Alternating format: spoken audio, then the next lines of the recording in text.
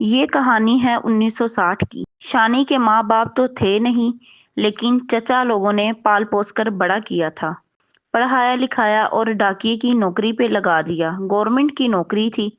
Government کے order آئے، شانی کا ٹرانسفر دوسرے شہر ہو گیا۔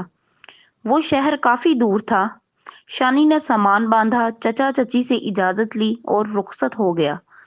ٹرین پہ بیٹھا، شام ہو چکی تھی۔ 2 دن کا راستہ تھا۔ ایک اسٹیشن پہ ٹرین رکی، کھانا کھایا، ٹرین پھر چل دی۔ 2 دن کا سفر تھا، تھکان سے برا حال۔ ٹرین گاؤں سے دور رک گئی، وہاں سے ٹانگا پکڑا اور گاؤں کی جانب چل دیا۔ گاؤں پہنچا، شام کا وقت ہو چکا تھا۔ سلام بڑے میاں، ایک چچا سے پوچھا، یہاں منشی رحمت کا ہوٹل کہاں ہے؟ چچا نے اشارہ کیا، وہ سامنے پہاڑی کی چوٹی کے پاس۔ شانی گنگناتا ہوا وہاں پہنچا۔ منشی رحمت اپنے گاہکوں میں مصروف تھا۔ سلام کیا، منشی صاحب میں شانی ڈاکیا، صاحب جی نے کہا تھا آپ سے مل لوں آ کر۔ منشی نے بڑے خوش لہجے میں استقبال کیا۔ آؤ صاحب آؤ، تھکے ہوئے آئے ہو؟ او پہلے کچھ کھا پی لو۔ شانی بولا، منشی جی بھوک تو سچ میں بہت لگی ہوئی ہے۔ کھانا وغیرہ کھایا۔ منشی بولا، سرکاری فلیٹ تو رہنے کے قابل نہیں ہے، تم کو رہنا کرائے کے گھر میں ہی پڑے گا۔ شانی نے ارد گرد نظر دوڑائی۔ منشی جی یہ جگہ تو جنت سے کم نہیں ہے، بہت ہی خوبصورت ہے۔ منشی جی مسکرائے، میاں اللہ پاک کی قدرت ہے سب۔ میاں ایک گھر ہے، بڑھیا ہے، اس کی ایک بیٹی ہے، شوہر مر چکا ہے، اس کے گھر میں ایک کمرہ ہے کرایہ کے لیے۔ تم کو گھر بھی مل جائے گا اور بڑھیا بیچاری کو 4 روپے بھی مل جایا کریں گے، اس کی مدد ہو جائے گی۔ شانی نے ایک لمحہ سوچا، ٹھیک ہے منشی جی، آپ کہتے ہیں تو وہ گھر بھی دیکھ لیتے ہیں۔ وہ دونوں وہاں پہنچے۔ بوڑھی اماں بکریوں کو چارہ ڈال رہی تھی۔ منشی نے سلام کیا، سلام بہن۔